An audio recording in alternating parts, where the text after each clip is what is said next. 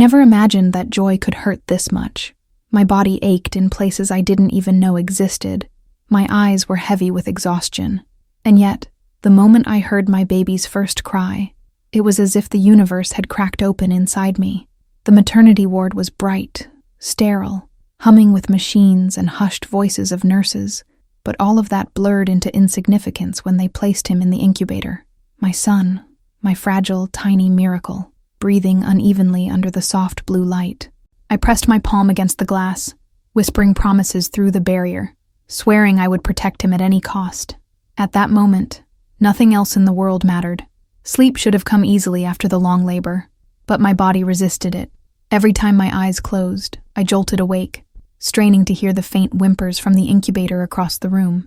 The nurses assured me he was safe, that the machines would alert them of any changes, but I couldn't silence the instinctual pull inside me. My mind replayed every doctor's word, every precaution, every possible risk. I told myself it was just maternal worry, that I needed to rest, but my heart had already begun to weave an invisible thread of vigilance around my son. I was more awake than I had ever been in my life. It was in that fog of exhaustion that Liliana walked into the room. My sister. Her presence was both comforting and unsettling.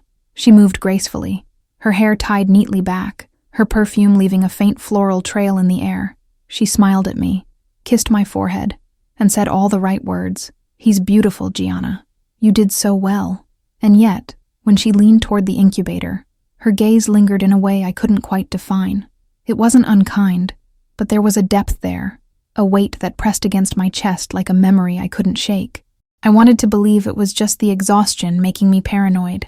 After all, Liliana had come to support me, hadn't she? She had always been the first to criticize, the first to compete, but she had also been there in moments when no one else was.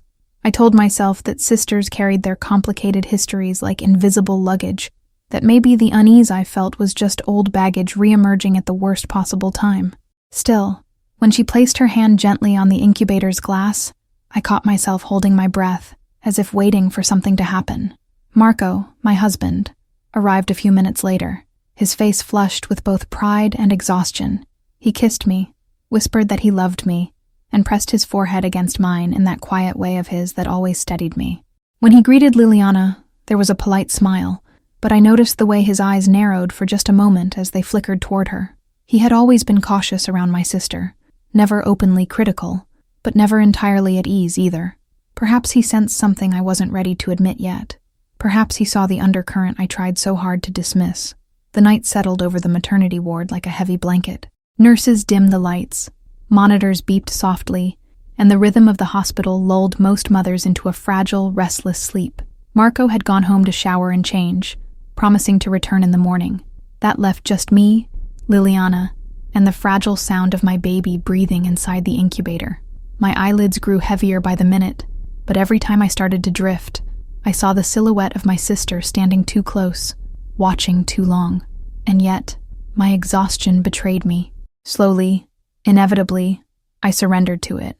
Before I fully slipped into sleep, I remember murmuring something, maybe a request for her to stay close, maybe just a fragment of thanks. Liliana's hand brushed my hair back, tender, almost motherly, and she whispered, "Don't worry, Gianna. I'll watch over him." At the time, it sounded like comfort, a promise I wanted to believe. But later, when I replayed that moment in my mind, I realized the words carried an entirely different weight, a shadow wrapped in sweetness. I woke hours later to the quiet hum of machines and the sterile smell of disinfectant. Liliana was gone. The nurses moved silently through the ward, their eyes avoiding mine just a fraction too long. My son slept in his incubator, untouched and unchanged, but the air felt heavier, denser, as if something had shifted while I was asleep. I brushed it off as postpartum paranoia, but in my heart, a seed of dread had already been planted. And though I didn't know it yet, that night had marked the beginning of everything. The next morning began with the sterile brightness of hospital lights breaking through the blinds and the quiet stir of nurses exchanging shifts. My body ached with the kind of weariness that no amount of sleep could cure, but I forced myself up, my eyes immediately drifting toward the incubator. My baby stirred softly, his tiny fists curled, his chest rising with delicate breaths. For a brief moment, relief washed over me like a tide. He was safe, untouched, But when I asked the nurse about Liliana, her response was strangely clipped. She left a few hours ago. Something in her tone felt off, like a note played out of key. Marco returned soon after, holding a bag with my favorite breakfast pastry. His presence grounded me again, his steady hands reaching for mine, his eyes shining with pride every time he looked at our son. He asked about Liliana, and I told him she had stayed through the night but left before dawn. He frowned slightly, almost imperceptibly, before nodding. I wanted to push him, to ask what his instincts were whispering to him, but I swallowed the urge. The last thing I wanted was tension on the day we were meant to celebrate life. Yet a part of me couldn't stop replaying the way Liliana had whispered, "I'll watch over him."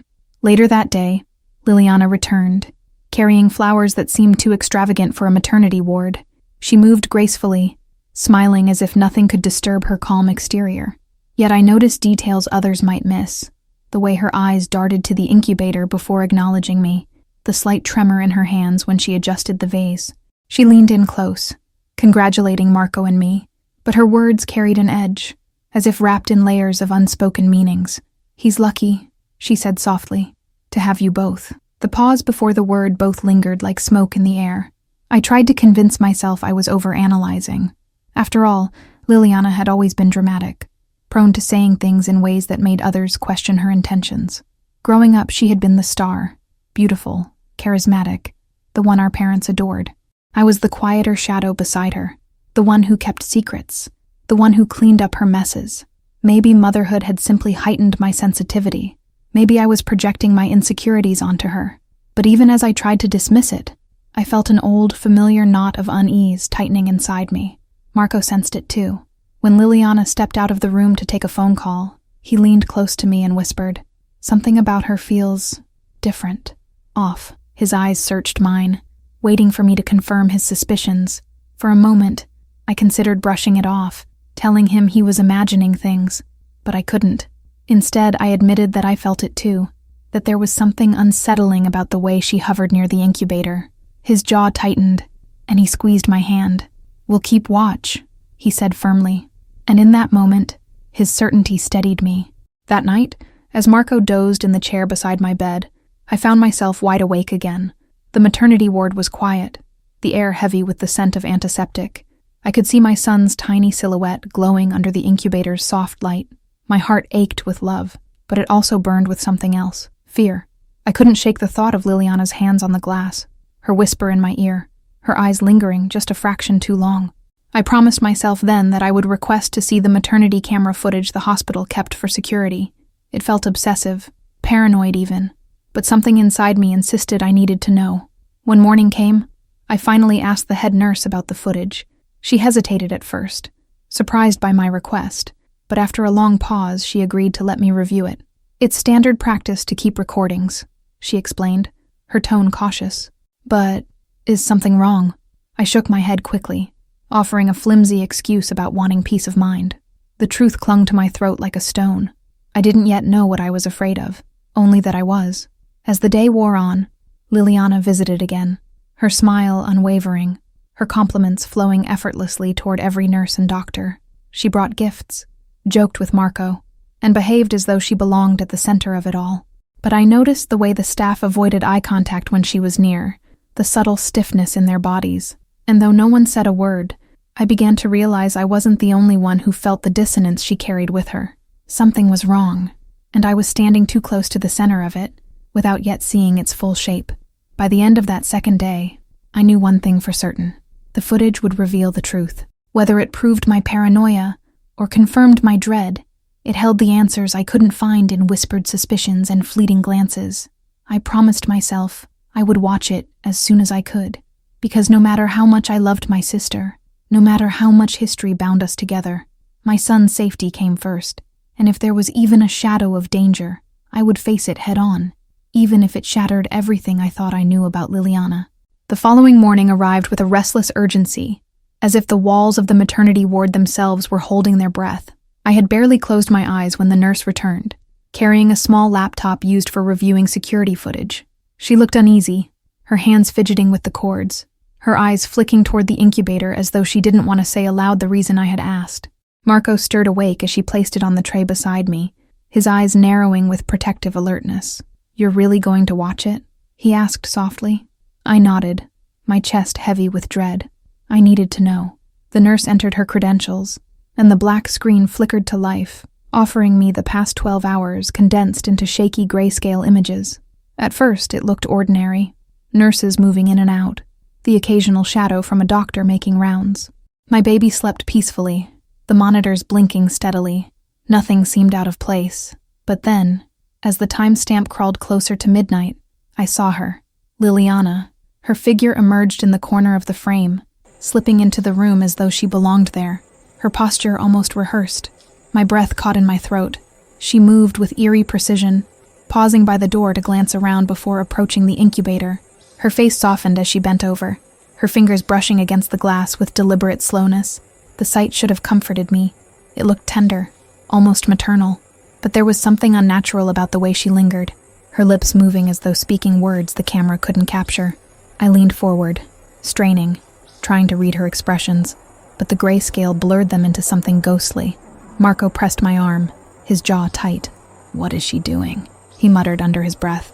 And then, suddenly, she placed her hand inside. The nurse in the room gasped quietly beside me, but I couldn't tear my eyes away. Liliana had carefully unlatched the small opening meant for medical staff, slipping her slender hand through with an ease that made me wonder if she had practiced it before. My baby stirred, tiny arms twitching, his mouth opening in a soft cry. Liliana didn't flinch. Instead, she pressed her finger gently against his lips, as if hushing him. The image made my blood run cold. 1,000 unspoken alarms blared inside me. My mind raced backward, recalling the way Liliana had hovered around me during pregnancy, the way she had often touched my stomach longer than felt natural, whispering things I couldn't always hear, the way she had once half-joked about how unfair it was that I was the first to become a mother. Suddenly those memories weren't harmless. They became jagged shards cutting into my chest. "She's not just visiting him," I whispered. "She's doing something." Marco clenched his fists, his knuckles white, his silence screaming louder than words. The nurse reached for the laptop, her voice trembling. "Do you want me to stop it?" But I shook my head violently. Stopping meant not knowing, and not knowing was worse than whatever truth lay ahead. I forced myself to keep watching as Liliana's hand remained inside the incubator. She wasn't hurting him, not in the physical sense, but there was something ritualistic about her movements. She traced invisible patterns across his tiny chest, her lips continuing to move in what looked like whispered words. My son's crying stopped, replaced by a stillness that terrified me more than any wail. Tears burned my eyes as Marco finally looked away, unable to watch any longer. But I couldn't stop. I needed to see every second, to gather evidence against the gnawing doubts I had been silencing for days. I had thought Liliana was here to support me, to love my child as an aunt should, but now I saw something else entirely, something darker. The camera caught her expression as she finally withdrew her hand. She wasn't smiling with tenderness. She was smiling with possession, the kind of smile that whispered, "He belongs to me too."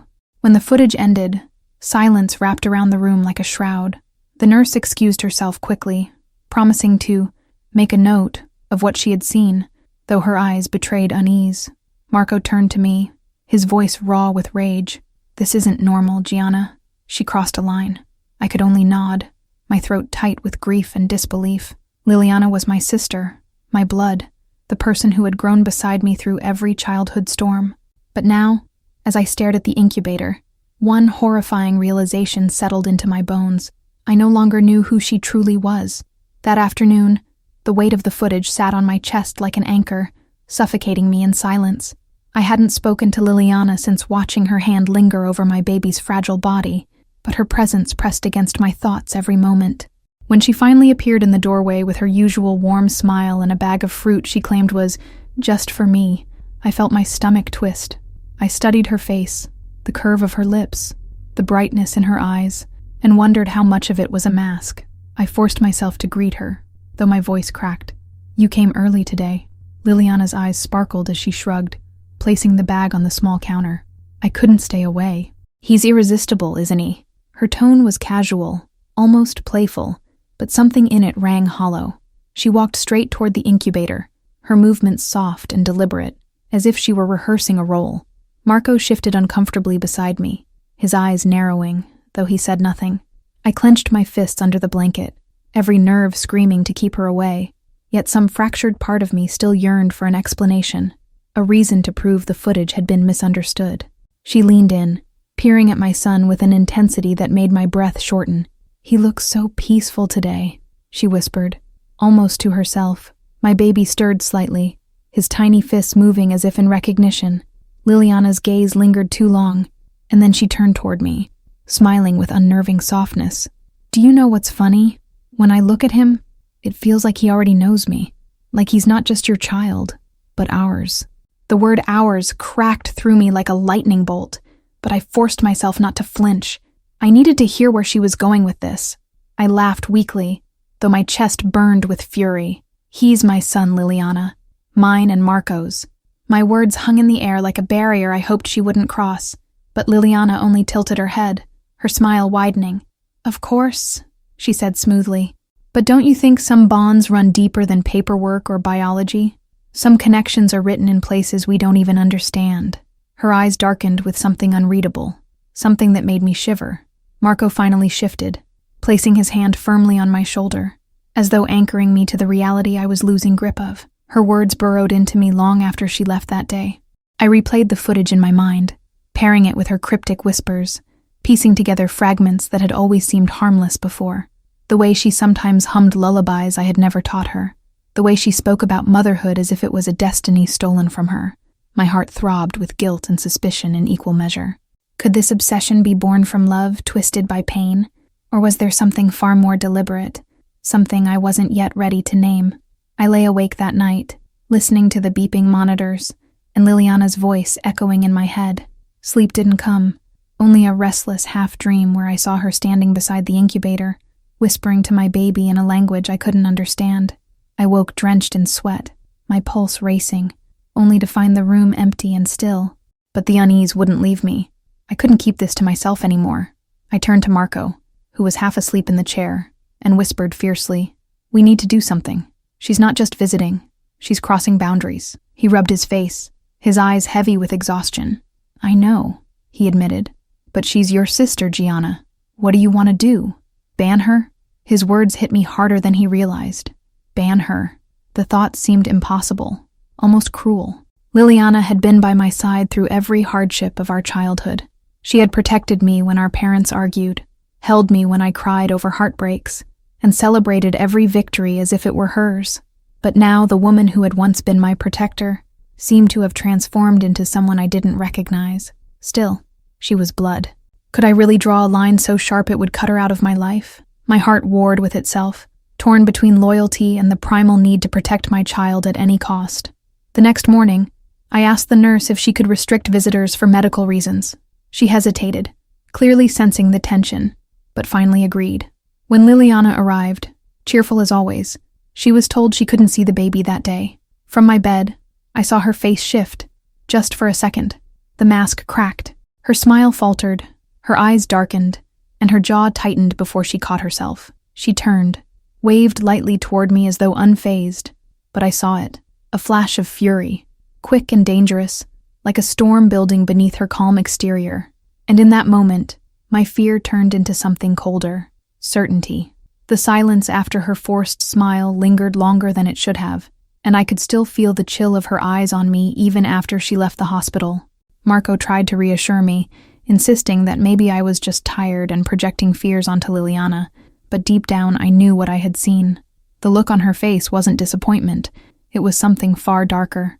That night, I stared at the ceiling, the sound of my baby's monitor humming, and tried to recall every moment with my sister over the past year. Patterns began to appear where I had never noticed them before, like shadows rearranging themselves into something terrifyingly clear. I remembered the day I told her I was pregnant. She had gone unnaturally still, before forcing a laugh, congratulating me with words that felt hollow. She said, "This changes everything," but the way she said it had unsettled me, though I had pushed it aside.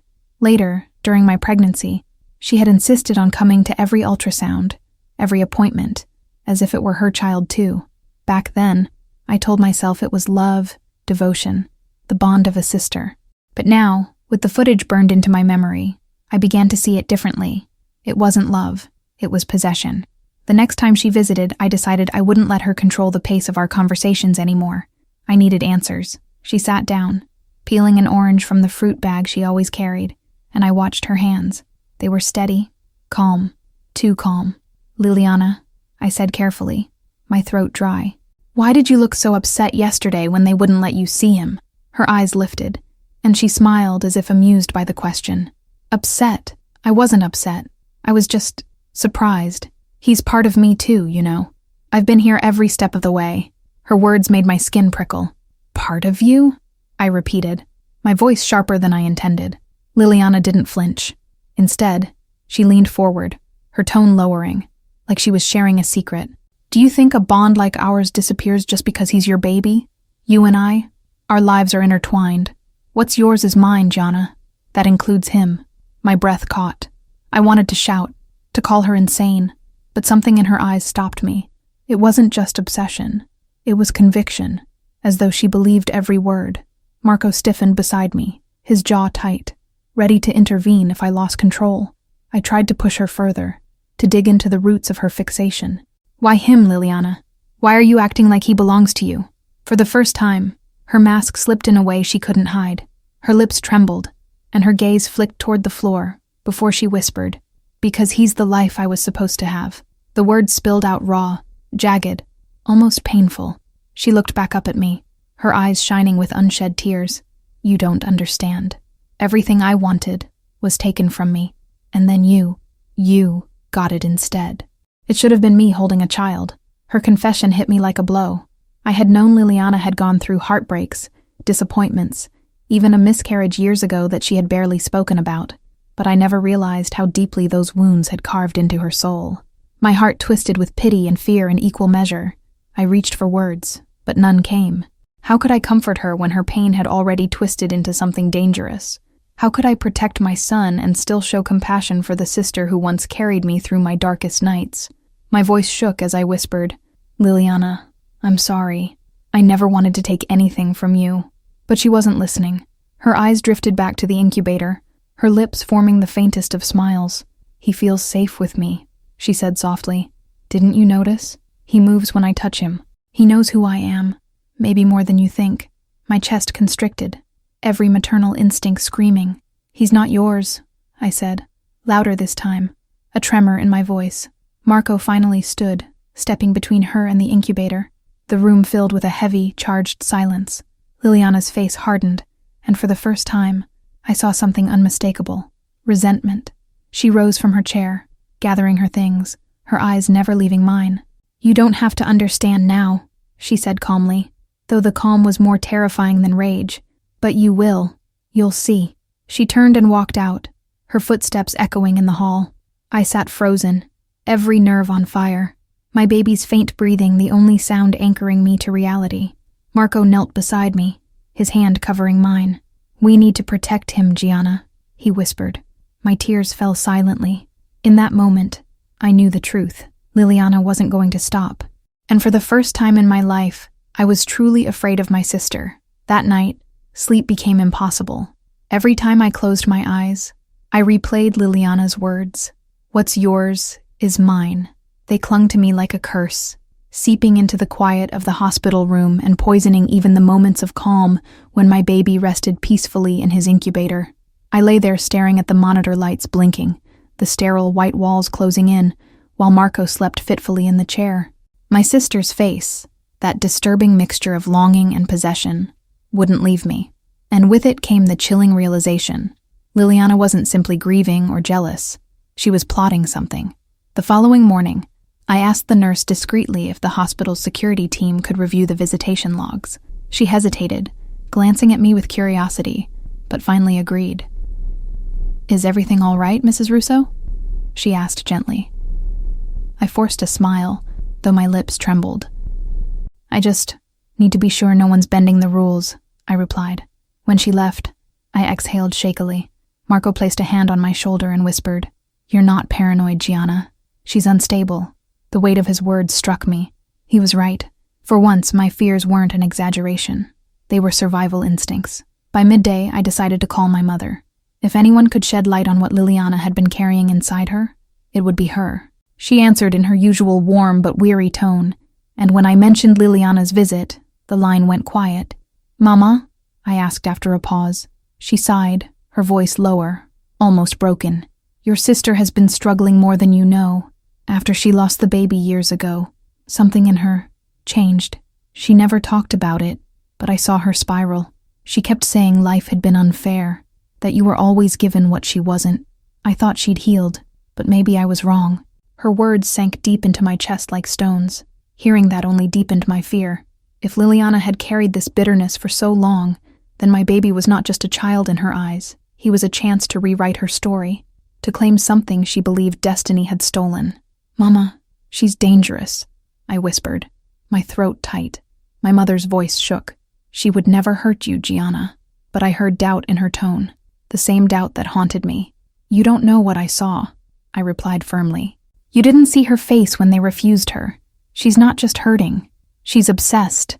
Silence lingered on the line, and then my mother softly said, "Be careful, Tesoro. Please." That evening, Marco insisted we request restricted visitation for Liliana. The thought of barring my own sister from seeing me felt cruel, like betraying the bond we once shared, but every fiber of my being told me it was necessary. When the nurse brought the paperwork, I hesitated, pen trembling in my hand. Memories flooded me. Liliana brushing my hair when we were children, sneaking snacks under our blankets, whispering secrets in the dark. But then I pictured her hand on my baby's incubator, her eyes claiming him as hers. My chest tightened, and I signed. Marco exhaled in relief, but I felt only sorrow. Later that night, when the ward was quiet and the distant beeping of machines lulled most mothers into exhausted half-sleep, I noticed something strange. The hallway camera monitor, usually visible from my room, flickered and went dark for a moment before returning. My stomach flipped. The nurses didn't seem to notice, but my eyes stayed locked on it, heart pounding. What if she found another way in? The thought slithered into my mind like a serpent. I clutched my blanket and whispered a prayer. My baby stirred, as if sensing my unease, his tiny fists twitching. I swore I would never let him feel her shadow again. The next day, Marco brought me breakfast and mentioned that he had quietly asked a friend, a police officer, to advise us. "We can't take chances," he said firmly, his eyes scanning the room like a bodyguard. "If she shows up here again, they need to know." His words should have comforted me, but instead they filled me with dread. If we involved authorities, Liliana might snap completely. And yet, wasn't that already happening? Wasn't every visit another crack in her fragile mask? I nodded slowly, torn between loyalty to my sister and the primal need to protect my child. That afternoon, as I rocked in the hospital chair, watching the soft rise and fall of my son's chest, I felt something shift inside me. Fear was no longer enough. I needed to be vigilant, proactive, strong. Liliana's obsession was no longer a whisper at the edge of my life. It was a storm pressing against the glass, threatening to break through at any moment. I leaned close to the incubator, my tears dripping softly as I whispered, "You're mine, amore mio. No one will take you from me, not even her." And as I said it, I knew I had just declared silent war against my own sister. The night after signing the visitation restriction, I thought I would finally sleep, but sleep didn't come. It never did anymore. Instead, I lay awake listening to the hum of machines, the distant squeak of wheels from nurses' carts, and the fragile breaths of my baby inside the incubator. At around 2 a.m., a soft knock came at the door. Too soft, almost hesitant. My heart jumped, beating against my ribs like a trapped bird. Marco stirred but didn't wake, and I sat frozen, staring at the door handle as if it might twist on its own. When nothing happened, I tried to convince myself it was my imagination, but deep inside, I knew. The next morning, when a nurse checked on us, I casually asked if anyone had been near my door during the night. She frowned.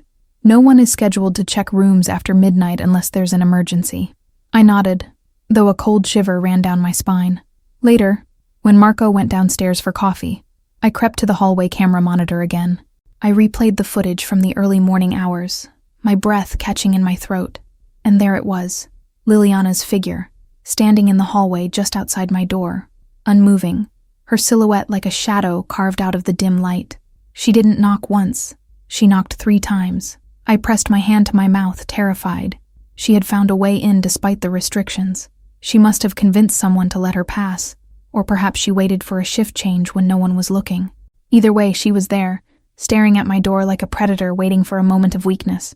When Marco returned, I showed him the footage. His jaw tightened and he muttered, "Enough, I'm calling security." But I grabbed his arm, panic rising. "No," I whispered. "Not yet. If we push too hard, she'll snap. We need to be smart." My voice cracked, betraying the fear I tried to hide. That evening, my phone buzzed with a message. My hands trembled as I opened it. It was from Liliana. "Why are you shutting me out? Don't you see I just want to be part of him? He needs me too, Gianna. You can't do this alone." My eyes blurred with tears, though anger surged beneath them. How could she twist it like that? Make herself the victim, when she was crossing every boundary? I typed back a trembling reply. "He is my son, not yours. Please stop." But before I could hit send, Marco took the phone from my hands. "Don't feed the fire," he said softly. As the hours crawled by, I replayed her words over and over. He needs me too. The audacity cut deeper than a blade. My baby didn't need her. He needed me, his mother, the one who carried him, who bled for him, who stayed awake night after night to watch his fragile chest rise and fall. Yet beneath my fury, I heard something else. Desperation. Liliana's grief wasn't dormant. It was active, hungry, clawing at everything in her path. And what scared me most wasn't what she had already done, but what she might do next, when desperation outweighed reason. The following afternoon, I asked my mother to visit. I wanted her presence, her wisdom, her warmth, but also answers. She arrived with tired eyes and hugged me tightly. Liliana came to me. She confessed quietly, her voice heavy. "She said you were shutting her out." She cried, Gianna. She said all she wanted was to hold the baby, to feel whole again. My stomach twisted. "Mama, don't you see? That's not normal. That's obsession. She doesn't just want to hold him, she wants to take him." My mother's eyes filled with tears. "She's my daughter too," she whispered. And in that moment, I realized the horrible truth. My mother might not stand with me if Liliana crossed the line. That night, Marco slept with his phone in his hand, determined to be alert. I sat in the chair, rocking gently, whispering to my baby as though my words could shield him. The room was dim, filled with shadows, and every sound seemed louder. The tick of the clock, the faint hum of electricity in the walls. Then, just past midnight, the monitor flickered again. My breath caught. I leaned closer, and there she was, Liliana once more standing in the hall. But this time she wasn't just watching the door. She was holding something. A folded blanket. My baby's blanket. I shot up, my chest tightening as I pressed the emergency call button. Within moments, a nurse appeared, startled by the panic in my eyes. "She's here," I whispered urgently, pointing at the screen. The nurse froze when she saw the monitor, then rushed into the hall. But by the time she opened the door, the hallway was empty. Liliana had vanished into the silence, leaving nothing but that terrifying image burned into my memory, her clutching the blanket like it was already hers. That was the moment I knew. This wasn't just obsession anymore. This was a plan in motion. The next morning, the hospital staff confirmed what I feared most. Liliana had somehow slipped past the restrictions again. One nurse admitted, shamefully, that Liliana had convinced her she was cleared for visitation, claiming she was my twin sister. My anger burned, but so did the sense of betrayal. My sister knew exactly how to manipulate people with her soft voice and sorrowful eyes. I wanted to scream, to demand why no one could keep her away, but exhaustion stole my voice. Instead, I sat by the incubator, clutching my baby's tiny hand through the port, vowing that nothing and no one would tear him from me. Later that day, Marco pressed for a permanent restraining order. "Enough is enough, Gianna," he said, his voice firm yet trembling beneath the weight of fear. "If she keeps this up, it won't end with her standing in the hall. You saw her. She's escalating." I nodded, but deep inside, hesitation gnawed at me. Restraining orders were pieces of paper, powerless against desperation. And Liliana wasn't acting rationally. She was acting like someone driven by grief so corrosive it had twisted into obsession. I worried that pushing her further might make her do something we couldn't undo. That evening, I found the blanket. It was lying crumpled on the floor near the elevator, as though discarded in haste. When I picked it up, my knees went weak. It wasn't just any blanket. It was the one I had used the first time I held my baby in my arms. I brought it to my face, breathing in the faint scent of milk and hospital detergent, and I cried, not from relief, but from terror. Liliana had touched it, held it, perhaps whispered into it. The thought of her trying to imprint herself onto my son made me feel sick, as though something sacred had been violated. I called my mother again, my voice breaking. "Mama, she's not grieving anymore. She's trying to take him. I need you to understand that." My mother's reply was hesitant, pained. "Gianna, your sister loved her baby with all her soul. When she lost him, something in her broke. I don't think she even knows what she's doing anymore." Her words were like daggers. I wanted my mother to stand with me, to draw a line in the sand against Liliana, but instead she begged me to show compassion. "She's your blood," she whispered. But blood alone didn't make someone safe. That night, Marco refused to leave my side. We both sat awake, watching the monitor as if waiting for a ghost to appear. Hours dragged, our nerves fraying with every shadow. At around 3 a.m., Marco dozed off, his head leaning against the chair. That's when I saw it again. The screen flickered, static humming for a split second. And then, Liliana, not in the hall this time, not outside the door, but inside the NICU wing itself, moving slowly between incubators like a shadow gliding on glass. My stomach dropped. She was closer than ever. I pressed the call button frantically, my hands trembling.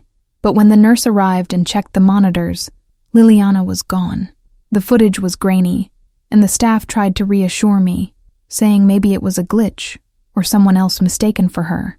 But I knew my sister's movements, her posture, the way her long hair curved around her shoulders. It was her. She had found another way in, and that realization left me shaken to my core. Liliana wasn't just breaking rules anymore. She was infiltrating places only authorized staff could go. The following day, Marco and I met with hospital security. They listened carefully, but their tone was skeptical. "We'll increase patrols," they promised. "But without clear proof, we can't escalate further." My frustration boiled over. What will it take for her to actually take my baby before you believe me? My voice cracked, and tears streamed down my face. Marco placed his hand on my shoulder, but I could feel his own rage simmering beneath his calm exterior. We were alone in this fight, caught between family loyalty and the primal instinct to protect our child. That evening, as the sun dipped behind the city skyline and shadows filled the sterile room, I rocked slowly in the chair. My baby slept peacefully in the incubator, oblivious to the storm outside. I whispered promises to him, swearing I would keep him safe, swearing I would fight until my last breath. But in the deepest corners of my heart, fear twisted like a thorn, because I knew Liliana wasn't finished. And the next time she came, she wouldn't just bring a blanket, she would come for him. The night Liliana finally crossed the line began with a quiet so heavy it pressed down on my chest, making each breath feel stolen from me. The hospital was unnaturally still, the soft hum of incubators the only sound, like the heartbeat of a world I was desperate to protect. I had barely slept, rocking my son in the chair beside the incubator, whispering lullabies and promises, my throat raw, my eyes burning from exhaustion and fear. Marco was beside me, a steady anchor, though his own tension radiated in short, clipped breaths and fists clenched so tightly they went white. Every shadow in the room seemed elongated, reaching toward us with intentions we could not yet name, and every flicker of the monitor light felt like a silent warning. I kept glancing at the door, willing it to stay closed, willing the world to obey the fragile cocoon of safety I had created around my child. But inside my chest, a primal instinct screamed that this night would shatter all illusions. It started with a sound so slight I almost missed it, a shuffle of footsteps in the hall, soft enough to be mistaken for a cart being pushed, but deliberate, intentional, almost predatory. My eyes locked onto the monitor just as Liliana's figure appeared, moving silently, shadowed, a ghost among the white walls. She was holding something, my baby's blanket, folded neatly as though she had prepared it like a weapon. I felt my stomach twist violently, my body stiffening as if I could will her away with sheer force of will. I pressed the emergency call button so hard my knuckles cracked, but even as the nurse hurried toward the room, Liliana's movements were calculated, precise, the kind of deliberate grace that comes only from someone who has rehearsed her intentions over and over in secret. My heart pounded, each beat echoing the dread that she had come not to visit, but to take what was never hers. I stood as soon as I saw her reach the door, my voice breaking, screaming, "Liliana, stop, get away from him." But she didn't flinch. Instead, she froze for a heartbeat, as if studying me, weighing my threat against her desire. Her eyes, wide and glistening with a mixture of longing and determination, locked onto mine. "Gianna," she whispered, her voice soft, dangerously calm. "He's mine too. Don't you see? You've had him. But I—" Her words cut off as the nurse appeared in the hallway, shouting, "Ma'am, step back!" Marco lunged forward, placing himself between us, his hands bracing her shoulders, his body a physical barrier I could not have formed on my own. Liliana's gaze flicked to him, then to the incubator, then back at me, and for a second, I saw something almost human, a flicker of doubt, of hesitation, but it vanished, replaced instantly by the storm that had been brewing for years in her grief, envy, and obsession. The confrontation escalated in seconds that stretched like hours. Liliana's hand trembled as she reached toward the incubator, her fingers brushing against the glass, and I felt a surge of panic so intense it nearly paralyzed me. "Stop! Stop now!" I screamed, my tears falling freely, my voice raw with fear and anger. Marco gritted his teeth, his arms wrapping around her in a desperate attempt to hold her back without harming her, and the monitor reflected the chaos of our movements, the flashes of white hospital light, the tremble in my baby's tiny form as he sensed the upheaval in the room. It felt like the world had narrowed to this single, terrifying moment. Liliana, my sister, my blood, my lifelong companion, trying to claim my child as if possession could rewrite destiny itself. Then, in a blur, she lunged, faster than any rational thought could anticipate. I screamed, diving toward the incubator, my hands trembling as I pressed my body against the fragile glass, whispering frantic prayers, trying to shield him from even the shadow of her fingers. Marco grappled with her, his strength raw, desperate. But Liliana was relentless, fueled by years of grief and envy, her movements fierce and unyielding. I could feel the panic radiating from my son, his tiny body stirring, sensing the threat even without understanding it. Every second stretched painfully, the air thick with fear, sweat, and the sound of our combined gasps. The room was no longer a sanctuary, it was a battlefield, and I was at the center of it, powerless to stop the storm without risking everything. Time blurred, a jumble of motion, sound, and terror. Liliana's eyes, wide and wild, never left the incubator, never left my son. "He's mine," she screamed, a voice I had never heard from her before, raw and trembling with rage and desperation. Marco tightened his grip, but she twisted, her movements frantic, pulling against him like a wild animal desperate to survive. I grabbed her hands, trying to hold her back, whispering her name, begging her to stop. For a moment, I saw recognition flicker in her eyes, a brief, human hesitation, and I thought maybe she would relent, maybe she would remember our shared childhood, our bond.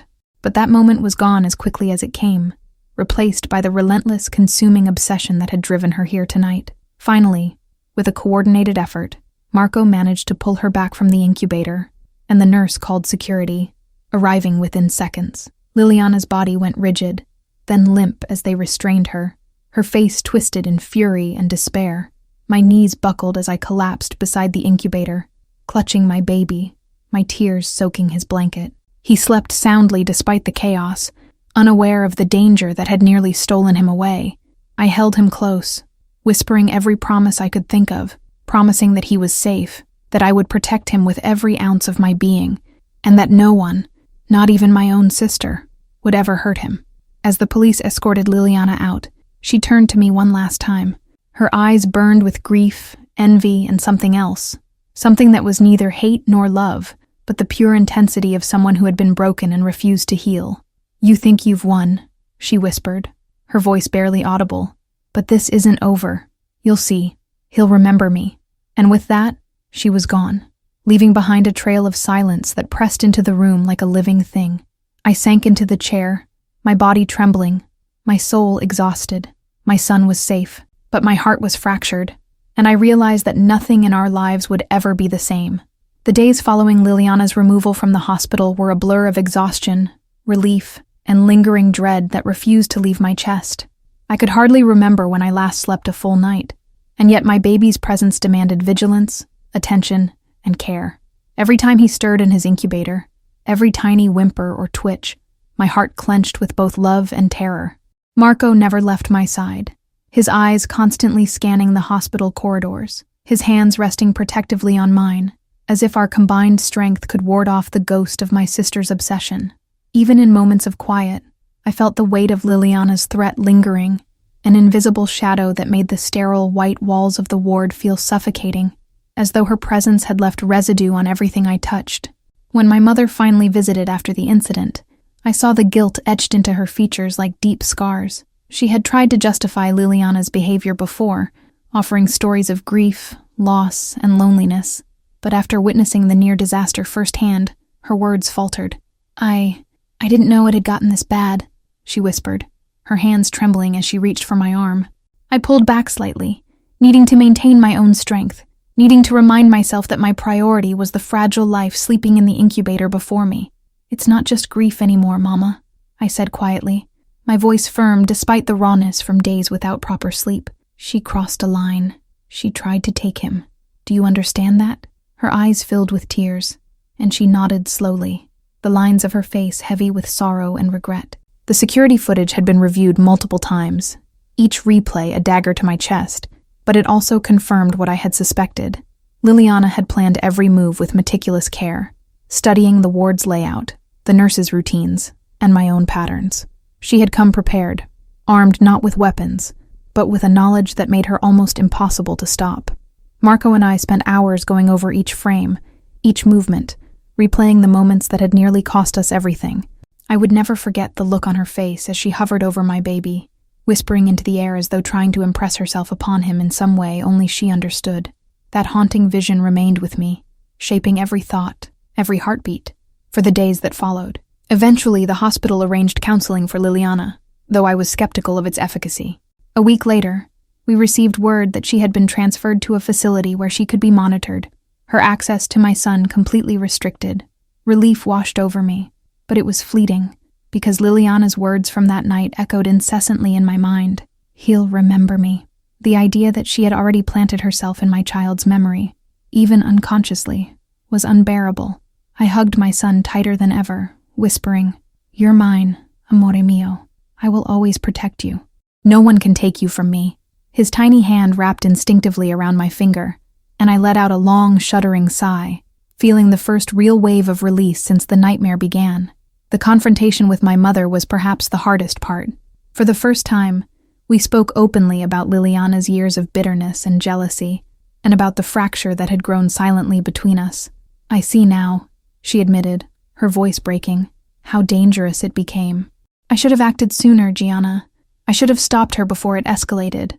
I felt both anger and sorrow in equal measure. Family was supposed to protect, not enable, and yet, even in her missteps, I could see the love she held for both daughters, twisted and misdirected though it was. I forgave her silently, understanding that Liliana's shadow had infected more than just our immediate lives. It had poisoned everything familiar and comforting, leaving scars that would take years to heal. As the weeks passed, the hospital slowly returned to a semblance of normalcy, though I never left my baby's side without Marco accompanying me. Each nurse I passed felt like a potential witness to another act. Every shadow in the hallway seemed to carry the ghost of my sister's obsession, and the lull of routine became a fragile shield against panic. I could feel myself changing, hardening, sharpening, learning to protect with instincts honed by fear and desperation. I knew that even though Liliana was no longer present, her influence had left its mark, a tension beneath every quiet moment, a reminder of how fragile safety could be. Every night, I whispered to my son, recounting stories of our family, embedding myself in his memory, a fortress of love and protection he could cling to if the shadows ever returned. Then, one quiet afternoon, I received a call from the hospital director. Liliana had asked to see me, to speak under supervision, her voice trembling but composed, pleading for a chance to explain herself. I hesitated, my heart hammering. Was this reconciliation or manipulation? Could she truly see the gravity of what she had done? Or was this another attempt to insert herself into our lives? Marco's hand squeezed mine, grounding me. "You decide, Gianna. But remember, our first duty is him. Nothing else matters." I nodded, my resolve firm. We arranged a supervised meeting, one that would ensure my son's safety, while allowing me to confront my sister one last time. The day of the meeting, I saw her across the room, and time seemed to stretch impossibly. Liliana's face was pale, her eyes haunted, yet fixed on me with an intensity I had never seen before. The woman I had grown up with, the sister I had loved, now stood before me as a stranger shaped by obsession and loss. She spoke softly, her voice carrying both remorse and the echo of years of envy. "Gianna, I was wrong. I lost myself. I never should have come near him. Her words trembled, and for the first time, I allowed myself to see the girl I had known underneath the shadow, scared, broken, desperate for something that had been stolen from her, whether real or imagined. I listened, my hands tightly gripping my baby's blanket, my heart heavy yet unwilling to soften too far. When the meeting ended, Liliana was escorted back to the facility, and I felt the weight of the storm lift slightly from my shoulders. Relief mingled with grief. Grief for the sister I had lost to her own obsession. Grief for the innocence stolen from my baby. Grief for the fracture in a family that would never fully heal. Yet beneath the sorrow was a fierce, unyielding determination. I would protect my son at all costs, guide him through a world scarred by shadows, and love him with every fiber of my being. As I rocked him to sleep that night, whispering promises I hoped would embed themselves deep in his memory, I realized that even though darkness had touched our lives, love, unyielding, patient, and steadfast, would always be stronger. And for anyone listening to this story, remember, protect what is yours, trust your instincts, and never allow shadows to creep unnoticed into the spaces you hold sacred. If you found this story gripping, suspenseful, and emotional, make sure to subscribe to the channel for more stories that will pull you to the edge of your seat, and don't forget to like the video, so we can continue sharing these heart-stopping, deeply moving narratives with you.